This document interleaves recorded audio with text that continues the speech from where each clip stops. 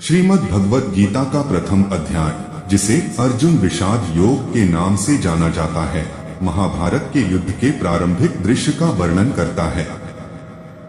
यह अध्याय उस मानसिक संघर्ष को दर्शाता है जिसका सामना अर्जुन युद्ध के मैदान में करते हैं।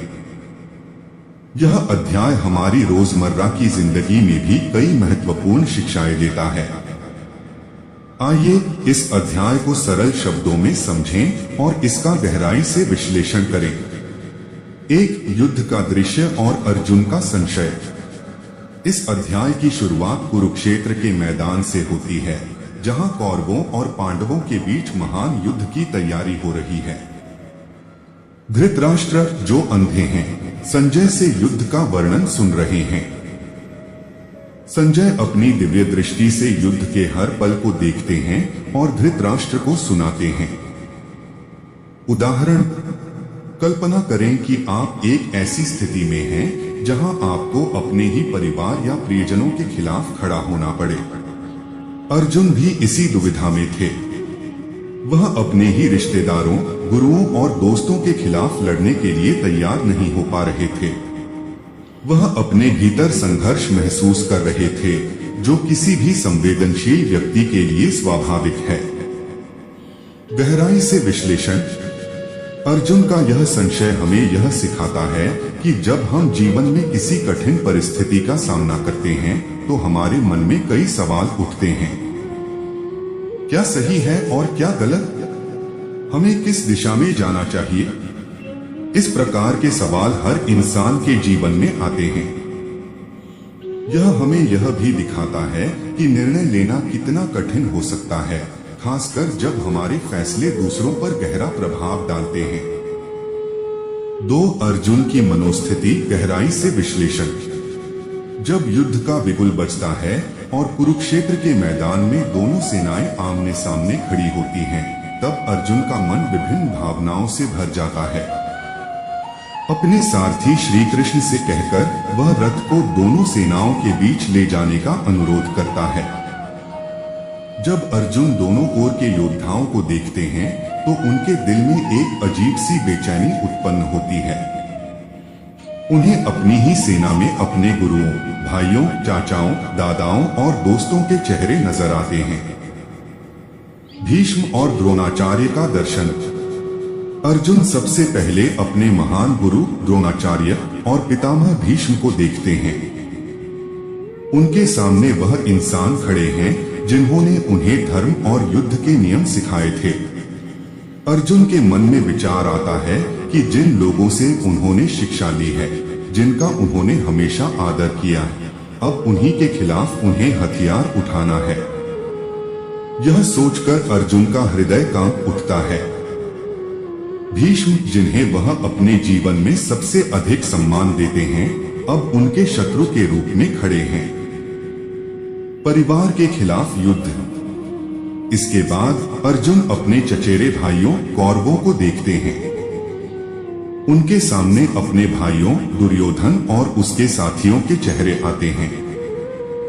वह सोचते हैं कि यह युद्ध केवल शत्रुता के कारण नहीं, बल्कि पारिवारिक विवाद का परिणाम है। उन्हें यह एहसास होता है कि इस युद्ध का परिणाम चाहे जो भी हो, विजेता और पराजित दोनों ही पक्षों को अपार हानि होगी। उन्हें यह भी चिंता सताने लगती है कि युद्ध के बाद उनके परिवार का क्या होगा। उनके बच्चे, स्त्रियां और बुजुर्गों का क्या होगा। अर्जुन का अंतर्द्वंद्व। अर्जुन के मन में यह भी विचार आता है कि क्या वह इस युद्ध से कुछ हासिल कर पाएंगे।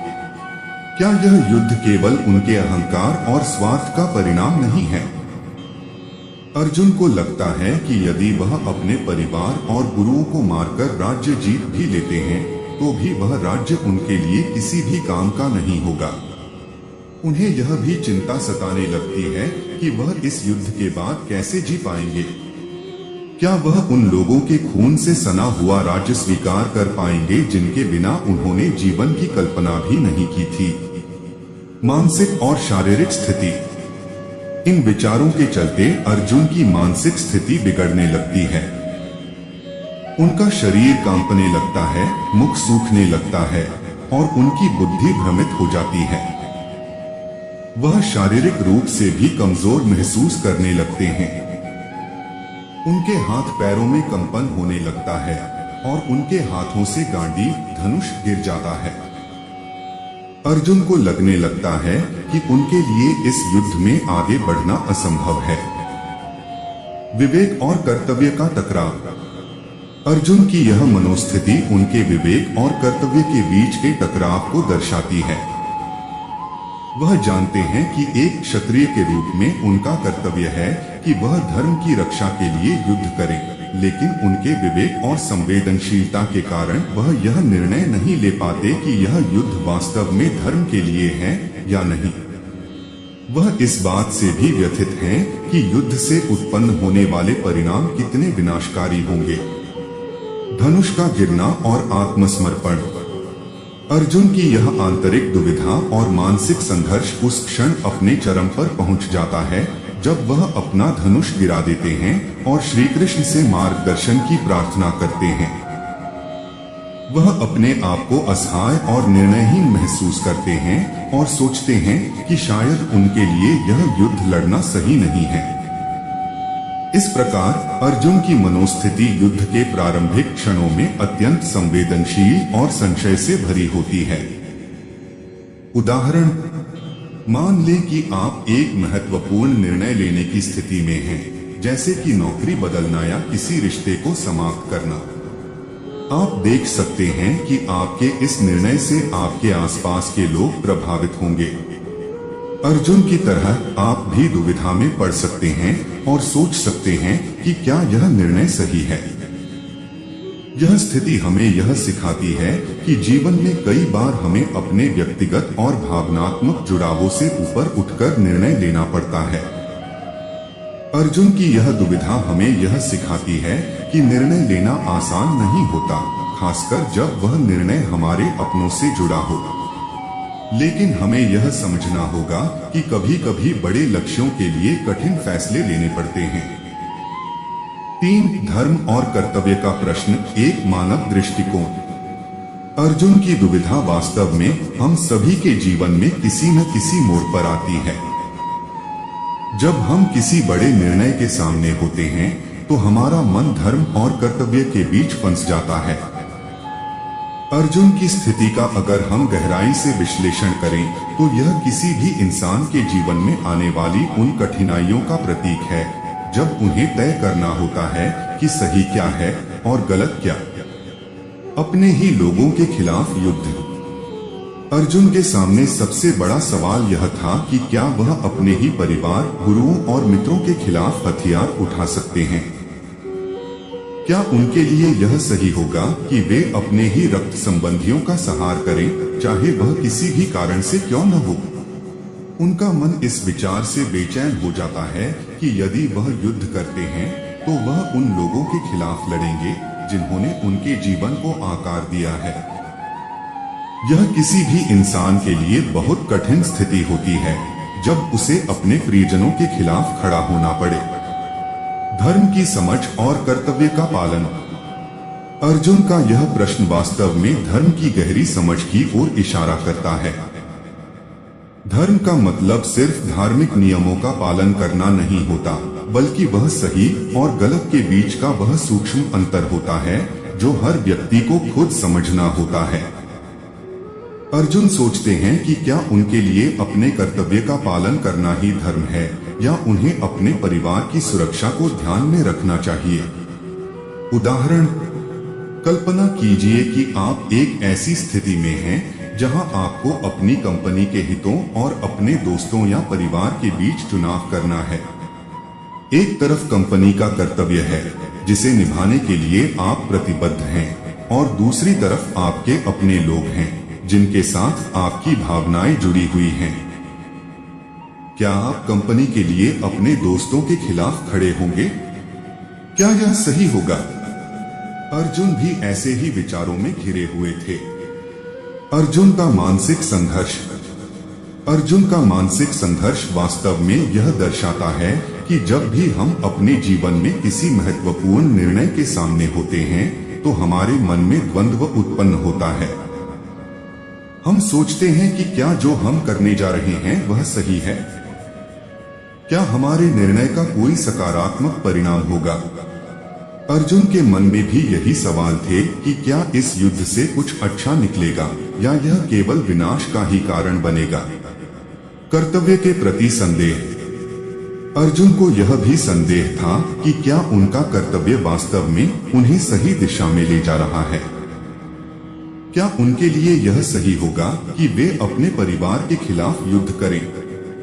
उनका मन इस बात से विचलित हो जाता है कि इस युद्ध के बाद क्या बचेगा। क्या वह अपने कर्तव्य का पालन कर रहे हैं या केवल अपने अहंकार और गुस्से में आकर निर्णय ले रहे हैं?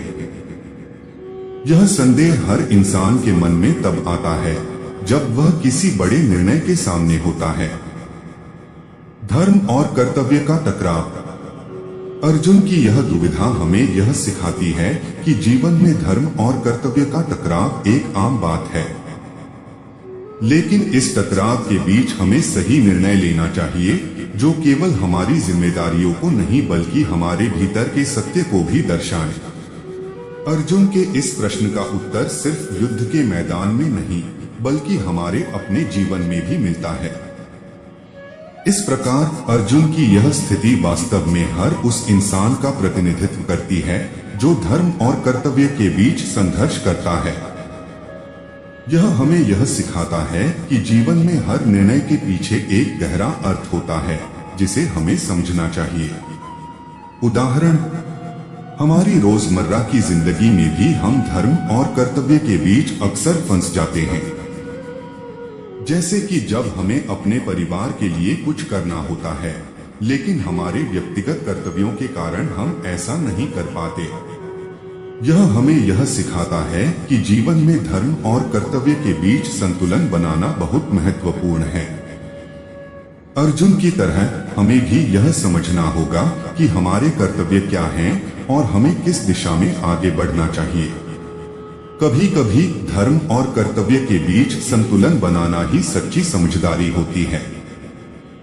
4. अर्जुन का आत्मसमर्पण। अध्याय के अंत में अर्जुन कृष्ण से मार्गदर्शन मांगते हैं।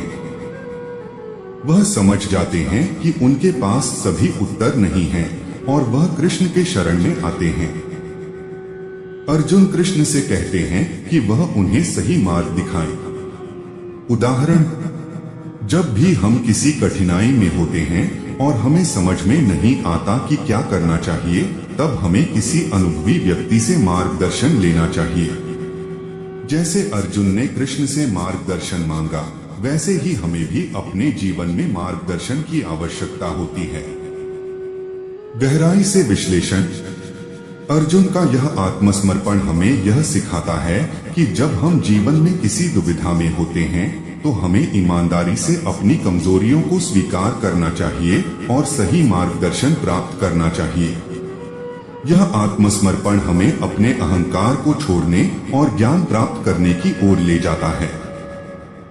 निष्कर्ष, अर्जुन विषाद योग हमें यह सिखाता है कि जीवन में हर व्यक्ति को कभी न कभी दुविधाओं और कठिनाइयों का सामना करना पड़ता है, लेकिन हमें यह समझना चाहिए कि इन परिस्थितियों का सामना कैसे करना है। कृष्ण के मार्गदर्शन में अर्जुन ने अपने संशय को दूर किया और अपने कर्तव्य का पालन किया। इसी तरह हमें भी जीवन में आने वाली चुनौतियों का सामना करने के लिए सही मार्गदर्शन की आवश्यकता होती है। इस प्रकार श्रीमद् भगवद गीता का प्रथम अध्याय हमें यह सिखाता है कि जीवन में कोई भी निर्णय आसान नहीं होता, लेकिन सही मार्गदर्शन और आत्मसमर्पण से हम अपने कर्तव्यों को समझ सकते हैं और उनका पालन कर सकते हैं। इस प्रकार हमने भगवद गीता के प्रथम अध्याय को सरल शब्दों में समझने का प्रयास किया। अगर आपको यह वीडियो पसंद आया हो तो इसे लाइक करें, शेयर करें और हमारे चैनल को सब्सक्राइब करना न भूलें। अगले वीडियो में हम गीता के दूसरे अध्याय पर चर्चा करेंगे। धन्यवाद।